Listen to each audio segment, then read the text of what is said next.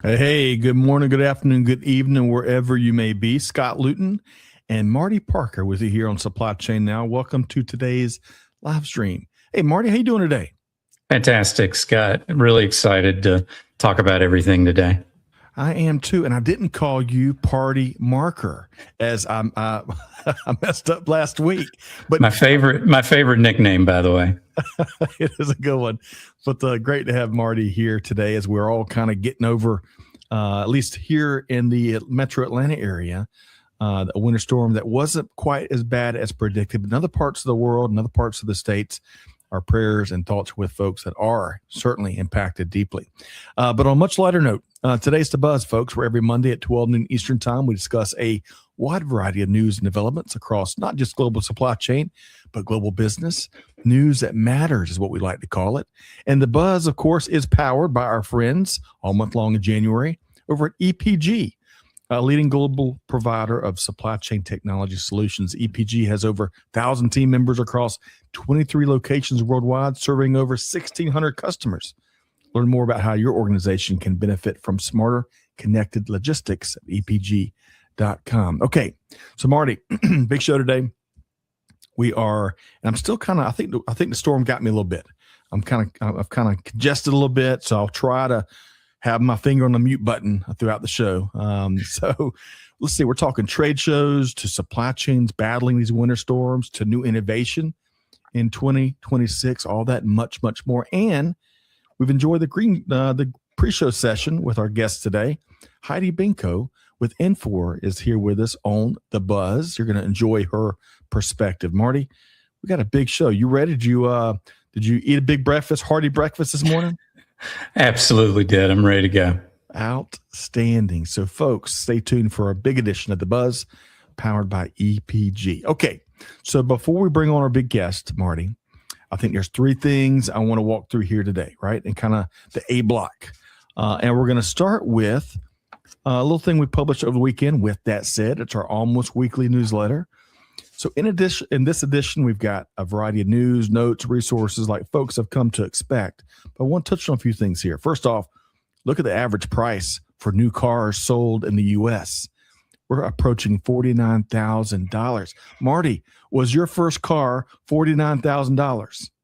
It was $1,000, Scott. Okay. It was cash. I love it. I love that. It's remarkable. $49,000. So speaking of the automotive industry, folks, automotive industry analysts are very tentative on the year that 2026 will bring to that key industry. Of course, we know how important the automotive sector is to the U.S. economy. It's estimated to be 4.8% of our GDP, Marty. The U.S. auto sector hit 17 million units sold for 5 consecutive years prior to the pandemic. You see that there. But recovery has been slow for a variety of reasons. Sales were 16.3 million vehicles in the U.S. last year in 2025, and analysts are expecting to hit that mark or drop below it here in 2026. We shall see. Secondly, also, and with that said, we shared urgent needs from the American Logistics Aid Network, and we're looking at doing that every week, Marty. You know, Alan helps a wide variety of needs, but each week we're trying to gather 2 or 3 of their priority needs and share that with our global audience. So if you're in position, folks, to use your supply chain infrastructure or other resources to contribute towards the help, venture over to allanaid.org, and also you can check out the priority needs in our With That Said. Finally, Marty, we got a hit on our hands. Our Never Normal series, which started with an episode featuring 3 or 4 chief supply chain officers, well, it's drawn a ton of great feedback. So installment number 3 has been scheduled. Now get this, who's who list here, Marty. Douglas Giram, Global Vice President of Supply Chain for one of my favorite companies, the Hershey Company. Oh, chocolate. Corey Knox, Vice President, North America Personal Healthcare Supply Chain Operations with P&G. Shay Nessler, Vice President, Supply Chain, CPG, and Beauty with Dannon. Love the yogurt. And Eduardo Adame, Vice President, Global Supply Chain at 3M. Folks, this panel session, home run panel session, is going to be hosted by the one and only Corinne Bursa on February 18th at 12 noon. It's free to join. You just got to register, and we're going to drop the link so you can do just that.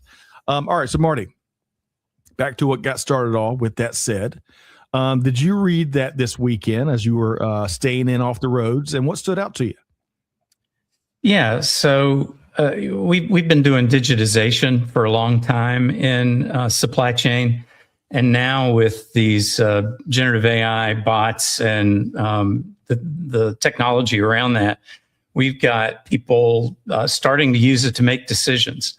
I remember reading about forecasting, and often people would take the forecasting reports and only actually use them about half of the time. Right. And so that stood out from a serious, but I want to show you a not so serious that stood out. That's what I'm talking about right there, my friend. That is what I'm talking about. The Bondi 9. Yes. All right. So Marty, we got to bring people into the inside joke there because one of the things we included in this edition with that said were some thoughts I shared last week. And to some long story short, I've worn dress shoes as I go to trade shows, and I'm standing on my feet for, all day long. And I discovered by going after lots of foot pain that orthopedic surgeon said I was getting stress fractures. It wasn't just normal foot pain. So to Marty's point, I switched over. My orthopedic surgeon said, you got to have Hoka's, and he had nothing to gain. I switched over to Hoka's, just like the pair Marty had. And Marty, my feet have never felt better. And that's it's not a paid endorsement, nothing to do with Hoka.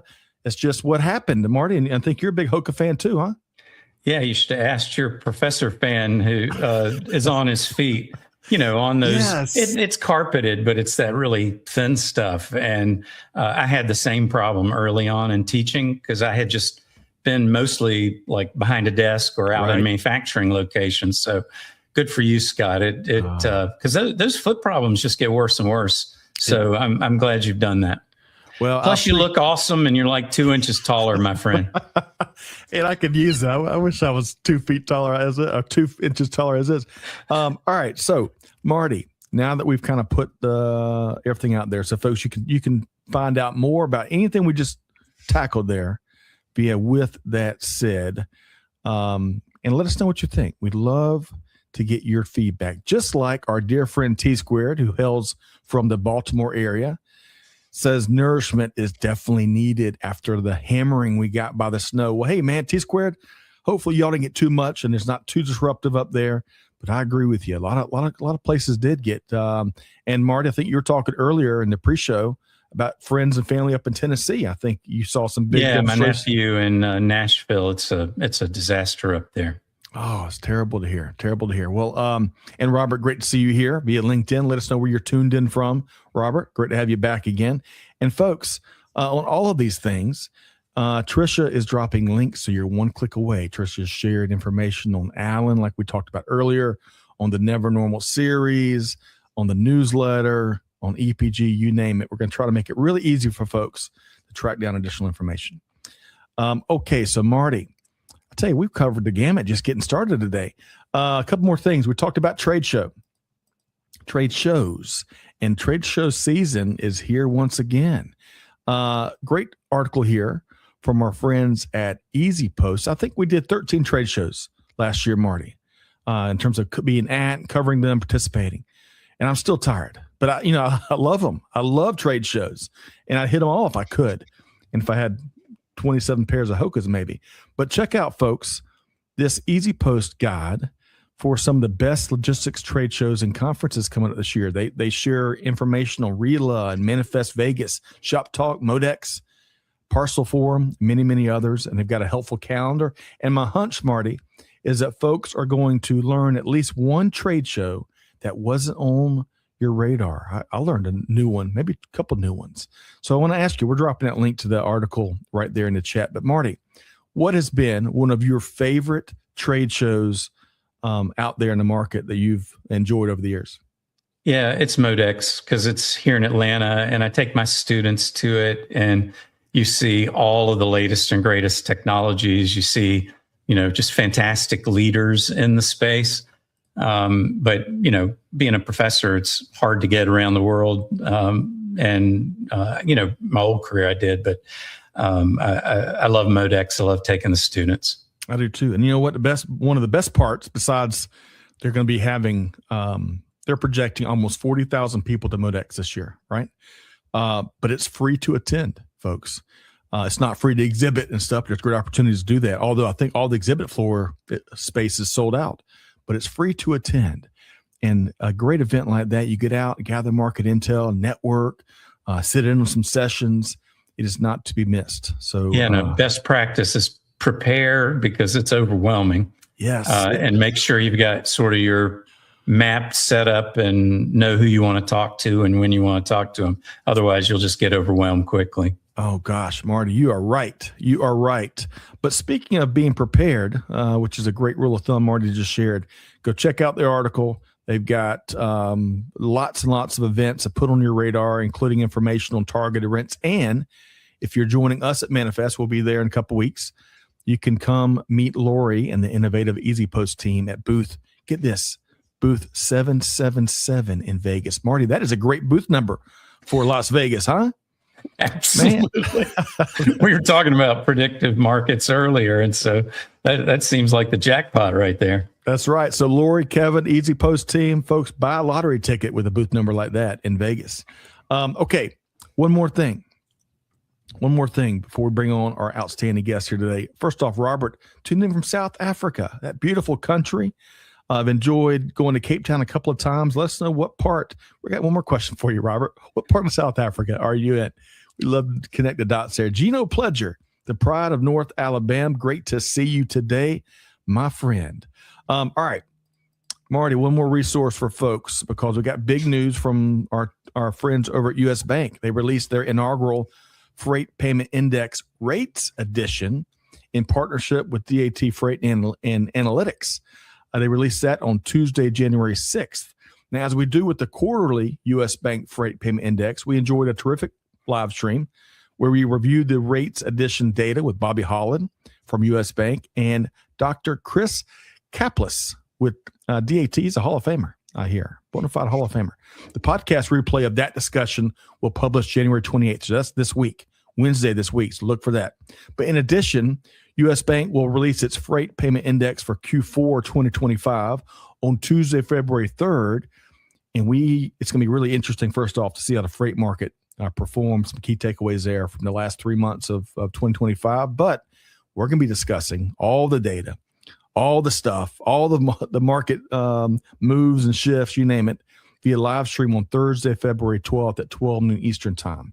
We've got Bobby Holland backed by popular demand, but also Nick Palmucci, Senior Director of Supply Chain Logistics and Final Mile at Ferguson Enterprises. And in the meantime, tune in for that show for key takeaways from the Q4 index and domestic freight market. But in the meantime, you can download the Q3 Freight Payment Index or the brand new Rates Edition publication from U.S. Bank at freight.usbank.com. Marty, we got to keep our finger on the pulse of the freight market. Ain't that right? Yeah, absolutely. So I'm delighted. So now that we've got all our homework done, right, we share some resources with folks. We've got a great guest, friend of the show, joining us here on The Buzz today. Heidi Benko has over 25 years of experience in supply chain product management, solutions, strategy, and marketing, all of which she has used to deliver innovative supply chain solutions to companies across industries to help them transform their supply chain operations. Please join me in welcoming Heidi Benko, Vice President of Product Management and Strategy for Infor Nexus. Hey, Heidi, how you doing? Good. How you doing? Wonderful. I'm tired. We had a busy A block here today on The Buzz, Heidi. Yeah. But Marty, as he always does, sees us through. He's a steady hand guiding the whole show. Marty, looking forward to a great chat here with Heidi, huh? Yeah, looking forward to learning a lot. Me and you both. Okay, so let's do this. We'll start with a fun warm-up question, Heidi and Marty. You know how we do things around here. Now, today is Australia Day, so to all our friends from across Australia, happy Australia Day. It's Bubble Wrap Appreciation Day, which is an interesting one. If you remember Papa Nose as a kid. Yeah. Sometimes some adults still do it. I've done it every once in a while. International Customs Day, folks. Love on those compliance professionals. They're your secret weapons. It's National Bible Day, and it's also National Peanut Brittle Day, Heidi and Marty. So on that last one, here's my question. I know a lot of folks love peanut brittle, but I'm one of those that do not. And I even love peanuts, but I don't like peanut brittle. So I want to ask each of you, and Heidi, I'll start with you. What is one food that everyone you know just loves it to death, but you do not? Heidi, what's that food for you? I think mashed potatoes.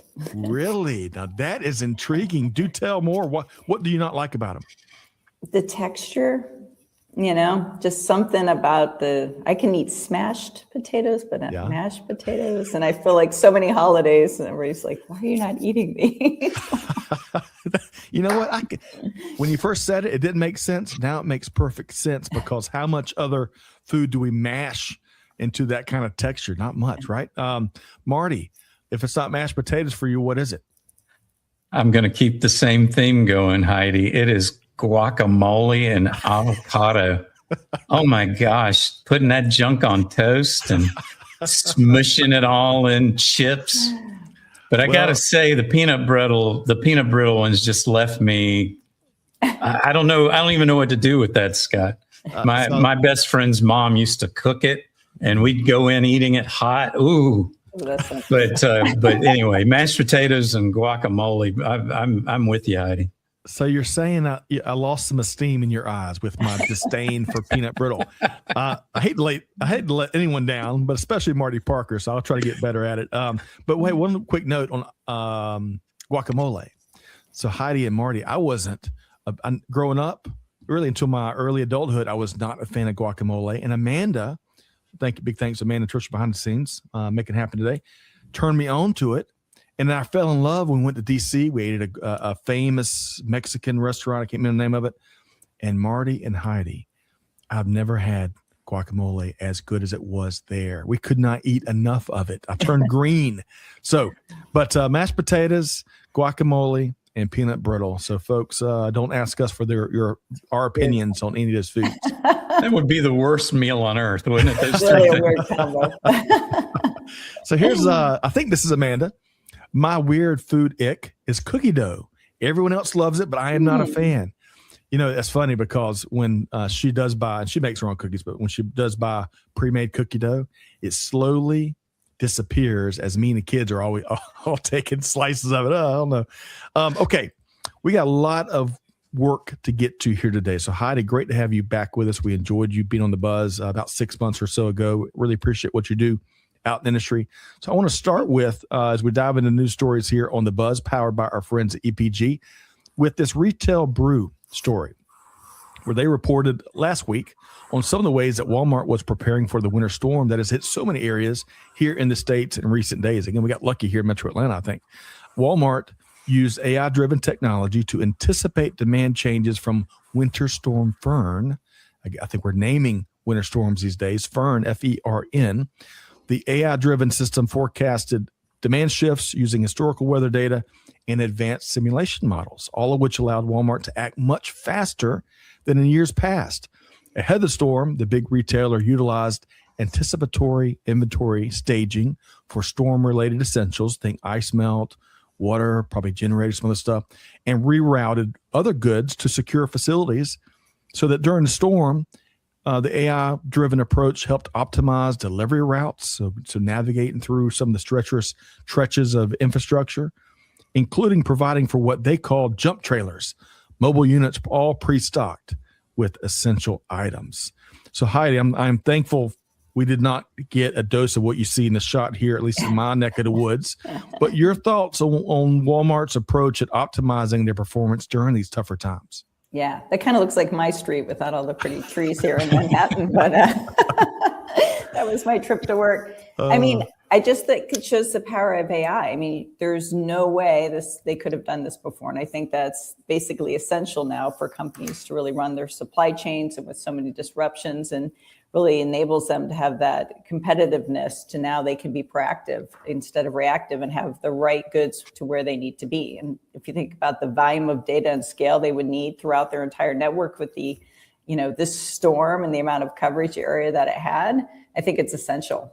Yes, no doubt. It's not a nice to have anymore. It seems. Marty, your thoughts on this story with how Walmart got ready to navigate through the storm? Now, I mentioned in pre-show that I read a stat that about 40% of people have the forecasting information, but they don't use it. They don't. Right. They ignore it. And so, if you're using these tools, they're not only doing it faster, but they're actually making the execution, which is really mission critical when you're facing something that's happening this quickly. That is right. That is right. Planning is great, but we got to execute on the plan. By the way, Trisha drops all the links to these stories, so you don't have to take me and Heidi and Marty's word for it. You go check it out for yourself and let us know your take on these topics and these news stories. Okay, from the storm to this story that comes to us from CNBC. And it points to some of the impact that tariffs are having on supply chain organizations. So get this, according to a survey of supply chain professionals conducted by both CNBC and the Association for Supply Chain Management, aka ASCM, you can learn more at ascm.org, many are reporting that new tariffs and their related costs are creating layoffs in a challenging environment for companies looking to invest in their supply chain organizations. So I'm going to share some of the data factoids from this survey, okay? And I'm going to get Heidi and Marty to weigh in here.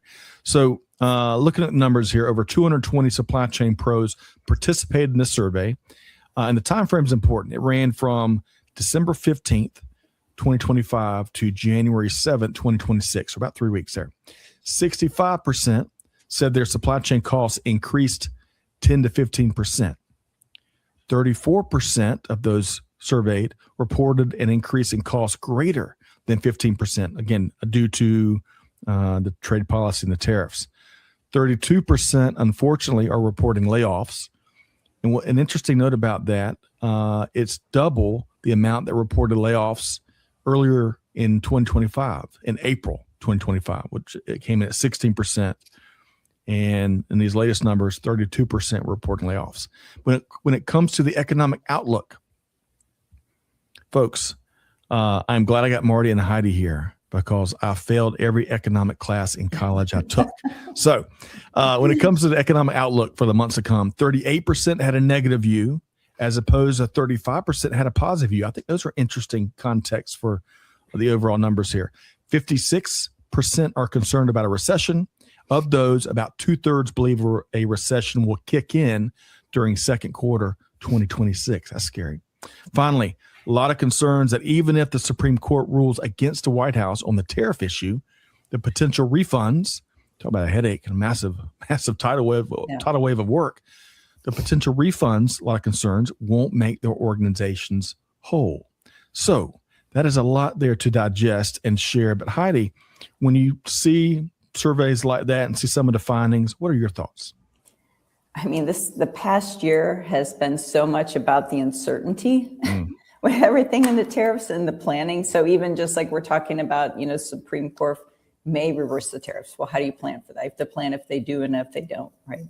The cost impact of tariffs, and even just some of the things that the article was talking about that I don't think everybody always thinks about with international trade. It's not just the tariffs themselves, but, for companies managing customs and like the customs bond, there's a lot of underlying costs in that. So to offset costs, companies often go for headcount, and it's that immediate cost implication and not really being able to think about planning for more future to look at the various scenarios, which companies need to factor in all these different costs into planning that. The planning processes and the crystal ball aspect of that has just gotten more and more challenging. And to a perfect example there, Marty, I want to get your take here too. But a perfect example is last week, the White House rolled out 10% tariffs, right? Just to take them back off less than 24 hours later. You can't win for losing sometimes. No. Marty, your thoughts on this survey data related to the impact they're having? You may not remember this skit, but SNL's Debbie Downer skit. Your manufacturing chart is a downer. The freight cost is a downer. This is a downer. And you've seen me in these podcasts. I'm not a fan of tariffs. Right. They're tax, and that's reflected in pricing or costs. And on the cost side, companies need to make money. And I've seen manufacturing jobs going down, not going up. Today or yesterday, 100% tariff announced on Canada if it allows Chinese EVs in. I mean, it doesn't stop. Right. And it has to stop because we're bleeding jobs as a result of it. And we'll continue to, just like that horrible Debbie Downer SNL skit. Marty, first off, on a lighter note, to your point, you and Gino Pledger both say, Gino says, full of good news, Scott, full of good news. So, all right, I'll try to not be Debbie Downer throughout the rest. But to your point, and kidding aside, I think we've all mentioned uncertainty. And gosh, if anything, I'm not sure if anything else out in the marketplace is creating more uncertainty than our trade policy. It's almost a minute by minute update. And as we all know, business owners and leaders, they like to know what's coming as much as they can, right? To make investments and educated bets and stuff. And it's really, in my opinion, a very challenging environment to do just that. A couple of quick comments here. And so again, going back to what we're using to discuss this is a great joint survey between CNBC and ASCM. So folks, check out the link. Tricia dropped it right there in the chat, right? And then, hey, Jennifer Clark, follow us at ASCM. Thanks for the mention, Scott. Hey, you bet, Jennifer. Appreciate the work y'all are doing. And y'all can go check out ASCM at ascm.org. A couple of comments here. I think it's going to cut anybody off. And let me know who this user is, Amanda and Tricia. They say AI has done one thing. Everything that is digital could be replaced by AI, like predictions about weather and customer demand in correlation to multiple factors. I believe that part of the supply chain is replaceable by AI, but the decision-making is still with us, the humans. I love that. Excellent point there. Big Show Bob Bova says unpredictability breeds fear. Without a stated strategy regarding tariffs, it becomes impossible to plan properly. Laying off folks and then rehiring is the easiest strategy and quickest to this knee-jerk diplomacy. Well said, Bob, and great to see you here today. This was Rowett. Rowett had shared the comment about the decision-making is still with us. Good to have you here, Rowett. Okay. And we're going to try to hit some more of these comments. Y'all stick with me. We got a little more to get to here today with Heidi and Marty here on The Buzz. And next up, we're going to tackle this story from Supply Chain Dive in kind of two ways. First, I want to share, because the article looks at some of the major manufacturing projects being built out across the country right now or soon to come. Now, here's my obligatory disclaimer, folks.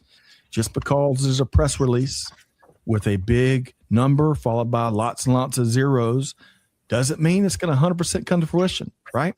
So just keep that in mind, a grain of salt until you see products rolling off the production line. But anyway, the article talks about how overall manufacturing construction spending has actually gone down after peaking in 2024. But there's still a ton of current factories that are supposed to be breaking ground soon. Here's a couple of these, Heidi and Marty. Micron is investing $200 billion to make memory chips in Idaho, New York, and Virginia. Samsung Electronics is committed to investing $17 billion to make semiconductors in Texas. Stellantis is investing $13 billion to make vehicles in Illinois, Indiana, Michigan, and Ohio. Lilly is investing $27 billion to make pharmaceuticals in Alabama, Texas, and Virginia. So there's a smattering of projects. But here's where I want to get Heidi and Marty to weigh in. Getting folks to run those plants is going to be challenging. Many point to workforce challenges as one of the manufacturing industry's top priorities. To that end, we just enjoyed, folks, a great edition of our webinar series called The Bridge, which focused on the manufacturing workforce. I was joined by Allison Giddens, who runs and owns a local Atlanta area manufacturing plant. And we featured Dr. Alan Amling and Daryl Edwards, who wrote this white paper. Oh, wrong graphic. This white paper, Reshoring the Workforce, Bridging America's Manufacturing Talent Gap. Folks, this is free. Go to the UT site there, and you can download it and check it out. Chock full of great information. So we can't unpack all of that, but here's a couple key findings from the research, Heidi and Marty. There's a tremendous gap when it comes to supply chain management knowledge, especially for companies that have not reshored production when you need it. There's a shortage of data analytics skill sets. That doesn't probably surprise many folks. But on the soft skill side, leadership and communication were both cited as big needs, especially for companies that have reshored production. So check out, we're going to drop a link to that webinar. But Heidi, y'all work with a ton of folks across industries, but what are you seeing as it relates to workforce or other challenges from some of your manufacturing customers? It's definitely one of the top issues and top of mind for them, right? And it has been for a couple of years, and it certainly, seems to be even more of a focus given many things. One, we were just talking about, there's also been in some companies the layoffs, right? Just now you have to rehire.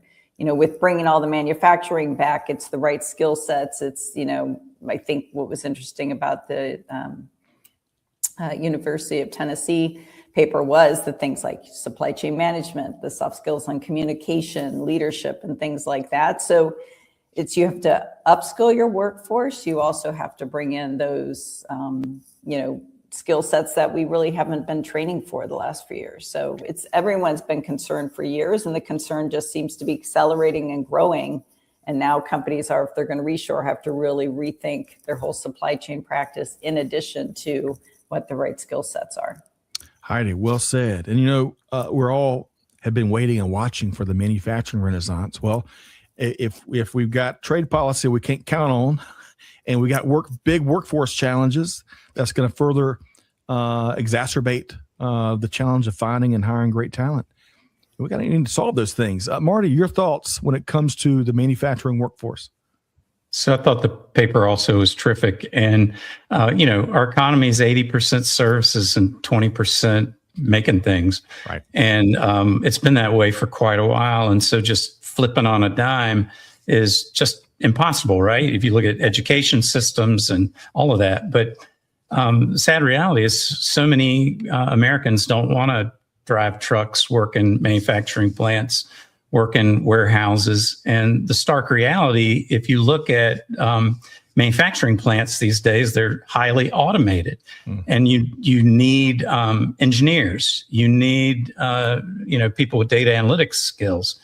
And the other thing we're doing is this nonsense with H-1B visas, and we're taking engineers that are here, that are coming here, and we're getting rid of them.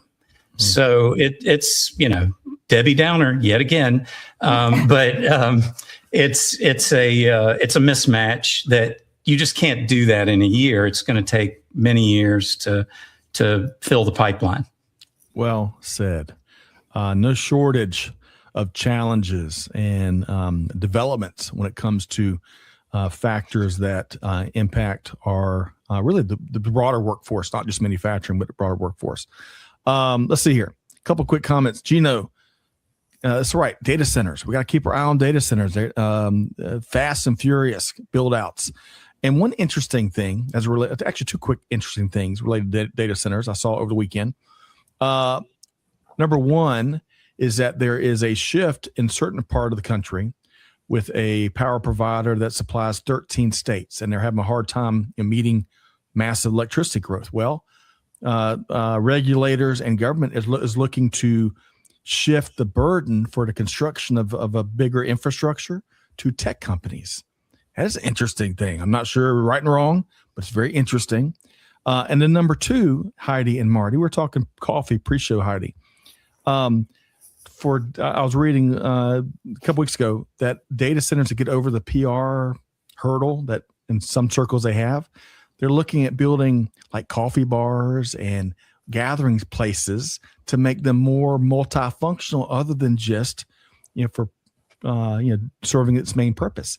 Heidi, I find that fascinating. Would you want to meet for a cup of coffee at our local data center? I mean, is it exceptional coffee? That's the $1 million question. Yeah. Exceptional at the right price coffee? I don't know. It's we're going to find out. Not really following exactly. No. And Marty, Your quick thoughts with data centers are popping up left, right. Georgia's, of course, is a big target for data centers. Your thoughts there, Marty? Yeah, the energy is the bottleneck, right? And we're starting to figure out how to build small nuclear power plants, which is great. I hate that we ceded production of solar and all those things to China. We've we've basically given them windmills and solar panels and all of that, which I think was a big mistake. But we've got to figure that out. And onerous regulations certainly have kept us from building the nuclear power plants we've not built. So I think that part of it's definitely going to help. Yes.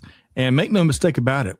All of us enjoy products powered by electricity, whether you're in supply chain or you're in a different industry and you enjoy scrolling on your phone or powerful apps at home.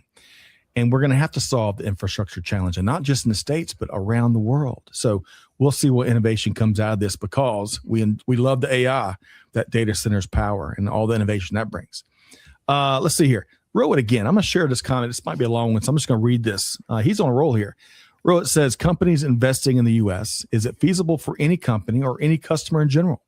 Companies are investing now, but I seriously doubt they will absorb the cost without passing it on to customers. Companies still have to get raw materials from other parts of the world, like Asia, which still presents a costing problem. Although companies are investing now, their supply chains are still intertwined with other parts of the world. That's right, Rohit. I shared last week. I stole this from somebody somewhere, Heidi and Marty, but as much as I love American football, global supply chain is the greatest team sport in all the world, right? And it's for that sentiment right there that Rohit shared. So we'll see how it plays out. But hey, have a leg up, folks. Check out this white paper, Reshoring the Workforce, Bridging America's Manufacturing Talent Gap. You will learn, no matter where you are in this world, you'll learn some really interesting nuggets on what is driving challenges and successes. All right, Heidi and Marty, we got a lot more to get to, including some of the cool things that Infor is doing this year, talking about bringing innovation to global supply chain.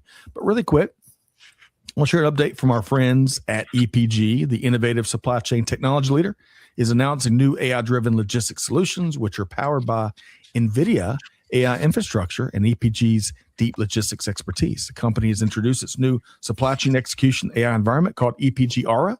These new rollouts will help organizations optimize decision-making, stability, resilience, and speed. All this points to an exciting new chapter at EPG, where they're on a mission to set the pace for the logistics of the future. You can learn more about EPG and this innovation via the link in the chat. Check that out. Okay, one more comment here. Gino, data centers require chips and boards, causing pressure on normal PC supply chain. That's right, Gino. I tell you, all these things are so intertwined, kind of like what Rohit was sharing. All right, so Heidi and Marty. Heidi, you didn't know this. Little surprise. We got a snapshot of Marty's closet right here for this next story. He's a big cowboy boot fan. We didn't know that. So Scott, I actually own that tall brown one to the right. I literally do. I like it. I love it. All right. So up next, Anna Friedlander from Infor, Heidi's colleague, wrote an interesting blog article recently, focused on a few key takeaways from NRF 2026. That's right, the big show. In particular, how technology is shaping the next era of apparel, footwear, and retail leadership. Here's a few key takeaways that I gathered from the blog, and we're going to get Heidi and Marty to weigh in too. First, intelligent tech is now central, with Gen AI transforming planning, design, supply chain, finance, and merchandising into a dynamic, predictive, automated series of workflows. Agentic AI, if you've heard that 1,000 times to begin with this year, get ready. You're going to hear for it for 1,000 times a day through the rest of the year. Agentic AI continues to emerge, enabling proactive actions like automated replenishment and risk flagging across the enterprise.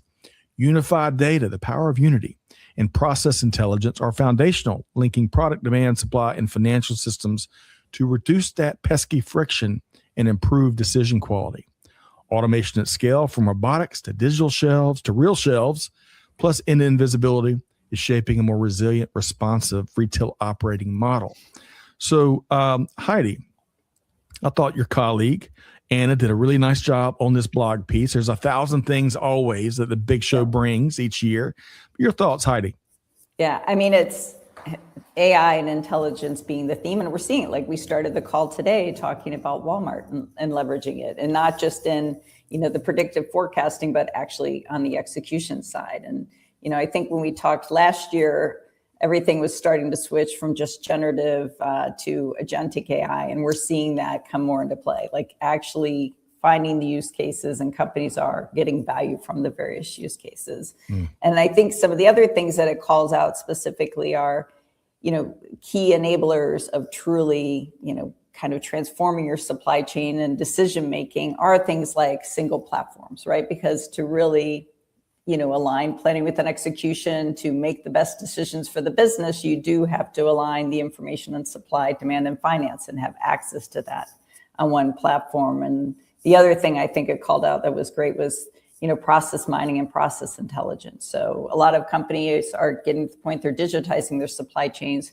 but really leveraging intelligence to really understand all those workflows and those interconnected workflows where there's bottlenecks and opportunities is really a way to help optimize those further.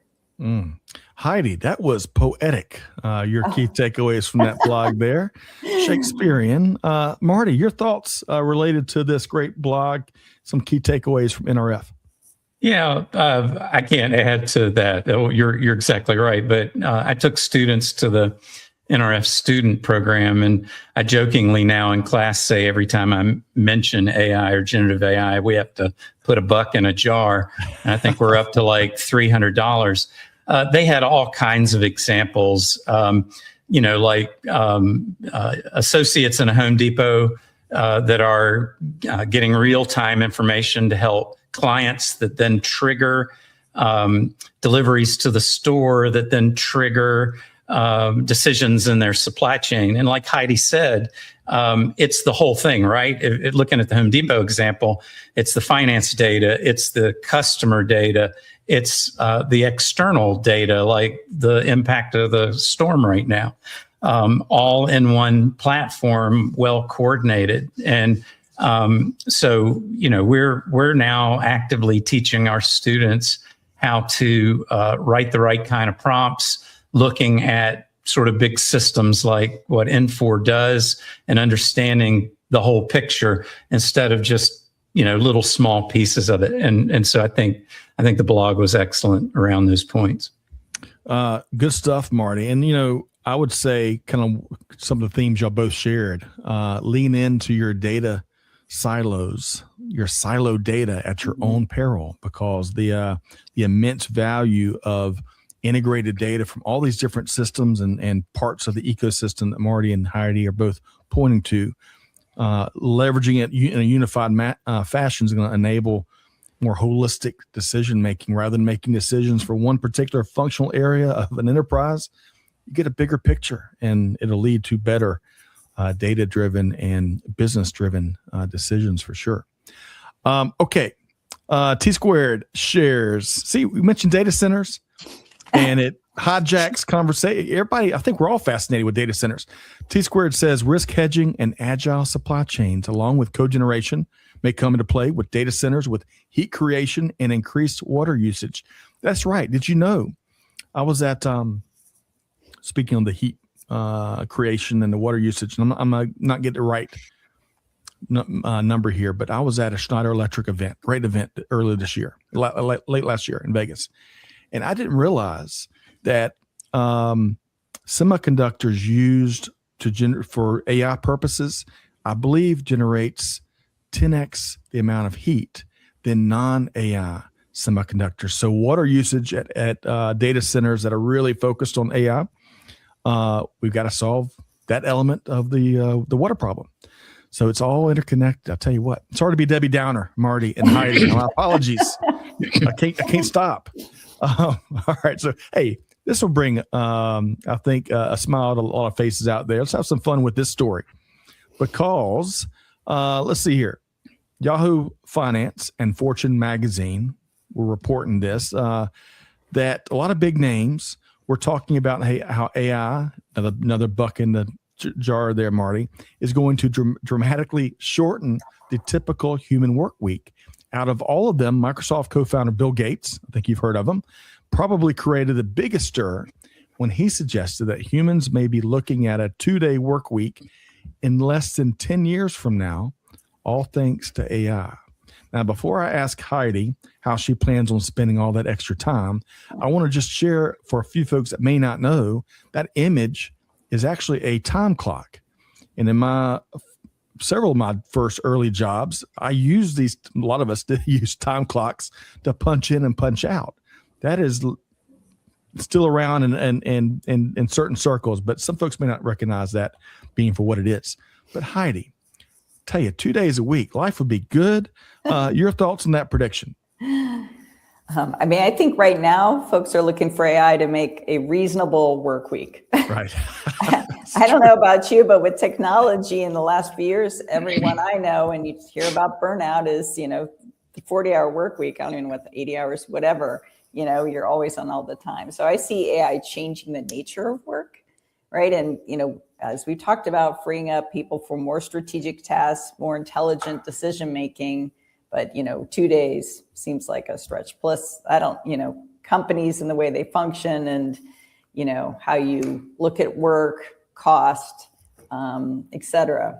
I don't know, 2 days. I mean, 4. I thought the 4. I'm like, I could maybe go for the 4, do the 4-10 day or whatever. Yeah, I'm with you. I think we may be on Mars before we hit a 2-day work week in terms of what AI delivers, but who knows? I could be wrong, but I like your thought about a reasonable work week. Marty, your thoughts, 2 days in less than 10 years? You see it happening? No, but I'm a student of history, and we used to have 7-day work weeks. And then we went to 6, and companies lost their minds. We can't have people only working 6 days. Wow. And then we went to 5 days, and it was the same thing. So I do fully expect 4 days. And there's a lot of movement around that. There are a lot of organizations pushing that.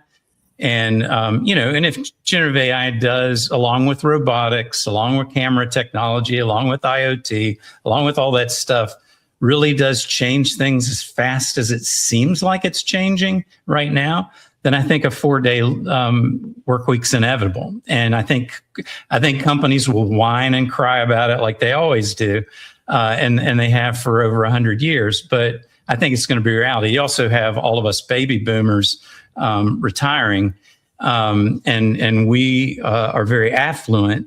And so, if a lot of us are working a lot longer, if we can get our butts out of there and spending all the money we got, that's good for the economy. So, I mean, that's a lot of stuff, but we went from 7 to 6 to 5. I think we'll go to 4. I don't think we'll go to 2 that fast. Interesting, Marty. You and Heidi, both in your perspective. I have no idea. I think 2 in less than 10 years certainly sounds strange. And I tell you, some of us wouldn't know what to do with ourselves if we didn't work, 5 days a week or 6 days a week. I'm one of those. But I mentioned Mars earlier. I got to put this because you talked about history, Marty. Folks, if this isn't on your radar, the Artemis campaign has started, right? Artemis 2, the second mission, is going to send humans around the moon orbit for the first time in 50 years. But what's interesting about that, and maybe a supply chain analogy, Heidi and Marty, is we had to unlearn our space program and then relearn history, right? Just to do something that humanity did do 50 years ago. And I find that to be fascinating. I wonder what else we need to unlearn and relearn in global supply chain that could help us see new feats. Because while Artemis 2 is going to circle the moon, come back, I believe the whole aim of this campaign is to have humanity's first permanent base on the moon. It's exciting times. So, folks, that's supposed to launch as early as February 6th. So be checking it out. All right. Speaking of things we got to check out, Heidi, we got to throw a party. We've got to congratulate you and the Infor team for being recognized as a leader in the IDC MarketScape for global trade management for retailers and importers for 2025 and 2026. So I hope I get my invite to the pizza party. But beyond that, Heidi, give us a sneak peek of some innovations that you and the Infor team will be bringing to global supply chain here later this year. Yeah, and we were very excited to be a leader because and the way IDC covered the report, global trade is so many things, and obviously companies really need to, if you look at all the variability, uncertainty, disruption, and everything going on in global supply chains today, global trade technology is really critical for that. Yes. And I love the report because it looked at it holistically, everything from logistics to various aspects of compliance and even the finance aspect. So like we were talking about earlier with intelligence and bringing things together, you have to bring together supply, demand, finance, logistics all together. So that's, where I think global trade and bringing all this technology comes into play. So, 2026, some of the things that we even talked about, really continuing on with agentic and continuing on with AI and, getting first that data foundation and platform and good data. So we're also doing a lot more on putting, more data quality intelligence to help our customers make sure their data is good and getting all the data in from their various partners in supply chain, and then working on both the various use cases when we're talking about silos within the various business areas, but making sure they can connect on the data more broadly as well to make cross decisions in supply chain. I like it. Blessed be the ties that bind, because we got a lot of data. We got to build bridges around, kind of to your point. And Marty, we're not getting any less data. We're going to the opposite. All of it isn't. I may be getting my wires crossed. You got data and you got information. Just because you got a tidal wave of data doesn't mean you need everything. It's like the math problems from 5th grade. 2 trains leave Chicago.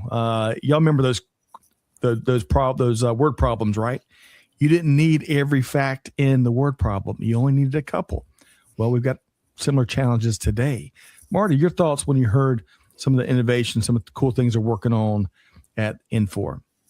So I'm not going to be a Debbie Downer this time. I'm very positive about how, we're taking this sort of siloed information that we really didn't have the tools to deal with, these sort of connected networks of, our vendors, our suppliers, our customers, ourselves, our other partners, like say even government entities, things like that, and bring it all together. And whole industries, I think, are going to come out of this, where we have opportunities that we just don't see today. And I'm going to tell you one you're not going to read about, but I've been thinking about early in my career as a chemical engineer, did a lot of work on reverse osmosis and the idea of desalinization plants, places like Israel that, desalinate seawater.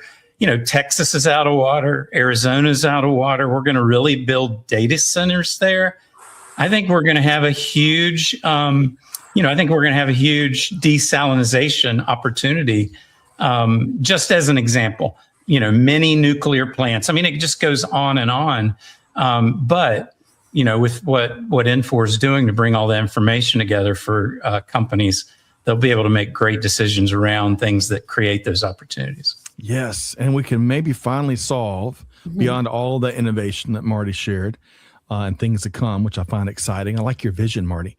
Maybe we can finally solve that train problem. There's 2 trains leaving from Chicago. Heidi, where were you in the Infor team when I needed you in like 4th grade, trying to pass math class? But kidding aside, Heidi, congrats on y'all's continued success. We've enjoyed having you on and getting you to share your expertise over the years. So great to have you back here today. We're going to make sure, folks, you know how to connect with Heidi Benko and Marty Parker in just a minute. And you can also learn more about the big news we just released there, the celebration, via the link that Tricia just dropped in the chat. Okay. So, folks, if you like sessions like this, right? If you like sessions like this, we're in a live format, right? There's nowhere to hide. In a live format, we got Heidi and Marty sharing some really cool things, expertise, perspective. Well, I got good news, because over our new site, that's right, supplychainnow.com, brand new. Well, still brand new. I don't know how long you can say brand new. I think we're about 4 months into a new site.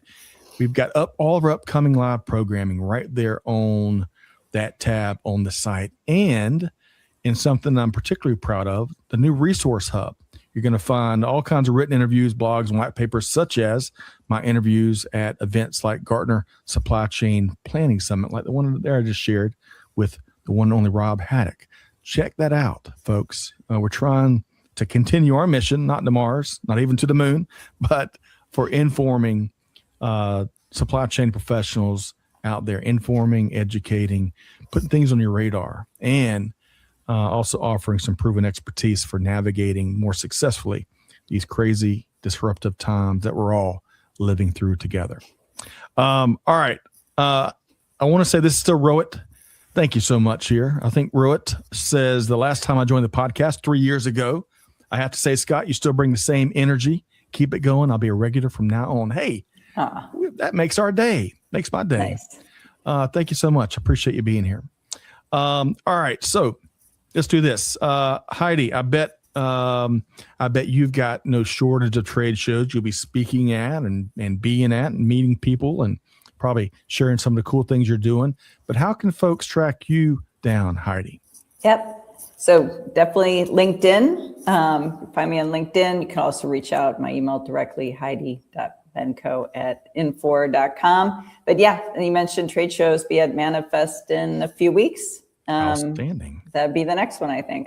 All right. We're going to see you there. I tell you, Manifest has grown left and right over the last few years. And we're dropping Heidi's LinkedIn. We'll try to make it really easy. Trisha is on the money here today. So we got Heidi's LinkedIn right there. Marty, you got 1,000 things going on. I think you're like the rest of us, not slowing down a single minute.